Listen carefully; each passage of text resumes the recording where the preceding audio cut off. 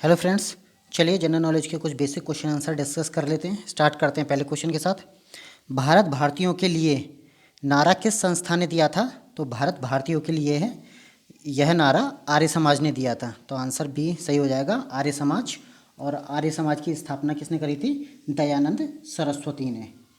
और इसके संस्थापक दयानंद सरस्वती थे और 10 अप्रैल 1875 में इसकी स्थापना हुई थी। और आज आर्य समाज का हेडक्वार्टर कहाँ है? इसका हेडक्वार्टर नई दिल्ली में है। अगला क्वेश्चन देखते हैं। विंध्याचल और सतपुड़ा पहाड़ियों के बीच से होकर बहने वाली नदी कौन सी है? तो विंध्याचल और सतपुड़ा पहाड़ियों के बीच से नर्मदा नदी होकर बहती है। इसका सही आंसर ए है, नर्मदा नदी। और नर्मदा नदी को रेवा नदी के नाम से भी जाना जाता है। और जो इसका उद्गम है, जो जहाँ से ये निकलती है नदी, वो है मध्य प्रदेश के अनूपपुर ज़िले से। वहाँ पर है ये अमरकंटक नाम की जगह है, वहाँ नर्मदा कुंड से निकलती है ये। और ये नदी पश्चिम की ओर बहती है। मतलब यह बंगाल की खाड़ी में नहीं गिरती है, ये अरब सागर में गिरती है। और इस नदी को मध्य प्रदेश की जीवन रेखा भी कहते हैं, क्योंकि ये पूरी मध्य प्रदेश से होकर बहती है और काफ़ी डिपेंडेंट रिवर है ये। मध्य प्रदेश इस नदी पर बहुत डिपेंड है। और ये खंबात की खाड़ी में गिरती है, अरब सागर में। और ये नदी 3 राज्यों से होकर गुजरती है, मध्य प्रदेश, महाराष्ट्र और गुजरात। और इस नदी पर एक जलप्रपात भी बनता है, काफ़ी इम्पोर्टेंट है। कपिल धारा नाम का जलप्रपात है, वो इसी नदी पर बनता है। अगला क्वेश्चन देखते हैं। इन्वेस्टर प्रोटेक्शन फंड ये किस संस्थान ने स्थापित किया था? तो इन्वेस्टर प्रोटेक्शन फंड सेबी। इसका सही आंसर सी ऑप्शन है, सेबी। सेबी की फुल फॉर्म है security exchange board of India. और यह 12 अप्रैल 1988 को इसकी स्थापना हुई थी। और इसका हेडक्वार्टर मुंबई में है, ये याद रखिएगा। 12 अप्रैल 1988 को इसकी स्थापना हुई थी सेबी की, 1988। और हेडक्वार्टर मुंबई। अगला क्वेश्चन देखते हैं। कुंडापुर एवं करवार कच्छ वनस्पति स्थान कहाँ स्थित है? तो इसका सही आंसर ऑप्शन बी, कर्नाटक राज्य में।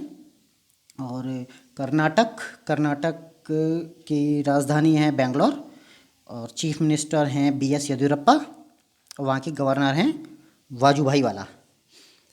अगला क्वेश्चन देखेंगे। भारत की प्रथम बहुउद्देशीय परियोजना किस नदी पर बनाई गई है? तो पहली बहुउद्देशीय परियोजना दामोदर नदी पर थी। ऑप्शन सी इसका सही हो जाएगा। बहुउद्देशीय परियोजना, जैसे नाम से ही आपको पता चल रहा है, जिसके बहुत सारे उद्देश्य हैं उस परियोजना के। तो ये जो परियोजनाएं होती हैं, इनके जो मुख्य काम होते हैं, सिंचाई करना, बाढ़ नियंत्रण, और जो पेयजल होता है उसकी आपूर्ति कराना, और विद्युत उत्पादन में भी, जो जल से पानी से बिजली बनती है उसमें, नदी परिवहन में, जो नहर परिवहन होते हैं, पर्यटन में भी इसका काफ़ी योगदान रहता है। और जो भारत के प्रथम प्रधानमंत्री थे पंडित जवाहरलाल नेहरू, इन्होंने इन परियोजनाओं को आधुनिक भारत का मंदिर कहा था। यह पॉइंट याद रखिएगा, पूछ लेते हैं एग्ज़ाम में काफ़ी बार कि किन्होंने बहुउद्देशीय परियोजनाओं को आधुनिक भारत का मंदिर कहा था। तो भारत के प्रथम प्रधानमंत्री पंडित जवाहरलाल नेहरू जी ने इन परियोजनाओं को आधुनिक भारत का मंदिर कहा था। अगला क्वेश्चन देखते हैं। भारत में प्रथम स्थापित परमाणु संयंत्र एटॉमिक प्लांट कौन सा है? तो जो पहला है वो तारापुर परमाणु संयंत्र है, जो भारत में स्थापित पहला परमाणु संयंत्र है। और ये तारापुर कहाँ पर है? तो ये महाराष्ट्र में है। अगला क्वेश्चन देखेंगे। यूनाइटेड किंगडम UK में शामिल हैं, कौन कौन से शामिल हैं? इंग्लैंड तथा उत्तरी आयरलैंड तथा वेल्स, स्कॉटलैंड तथा वेल्स। इसमें ये सारे ही शामिल हैं। ABC तीनों ही हैं इसका आंसर। तो इंग्लैंड भी है, स्कॉटलैंड भी है, वेल्स भी है, और जो नॉर्थ आयरलैंड है वो भी। ये चारों मिलकर ही यूनाइटेड किंगडम बनाते हैं। इंग्लैंड, स्कॉटलैंड, वेल्स और नॉर्दर्न आयरलैंड। अगला है, आगरा शहर को किसने बसाया था? तो इसका सही आंसर है ऑप्शन ए, सिकंदर लोदी। तो सिकंदर लोदी ने आगरा शहर बसाया था। और सिकंदर लोदी का बचपन का नाम निज़ाम खां था। और ये लोदी वंश का दूसरा शासक था। पहला शासक कौन था? इसके पिता बहलोल लोदी, जिन्होंने लोदी वंश की स्थापना करी थी। और सिकंदर लोदी की कब्र कहाँ पर है? दिल्ली में है। और लोधी गार्डन में, लोधी गार्डन दिल्ली में है इसकी कब्र।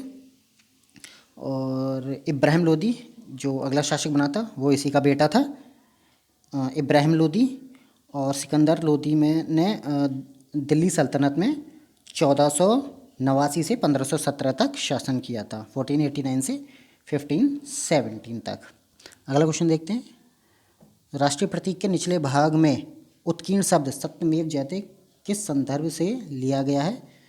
तो ये उपनिषद है, मुंडोक उपनिषद, तो ये उससे लिया गया है। ऑप्शन सी इसका सही आंसर है। अगला देखते हैं, अशोक के शिलालेखों की लिपि क्या थी? तो जो अशोक के शिलालेख थे उनकी लिपि ब्राह्मी लिपि थी। ऑप्शन बी सही है। चलिए मिलते हैं आपसे अगली वीडियो में, तब तक के लिए बाय बाय।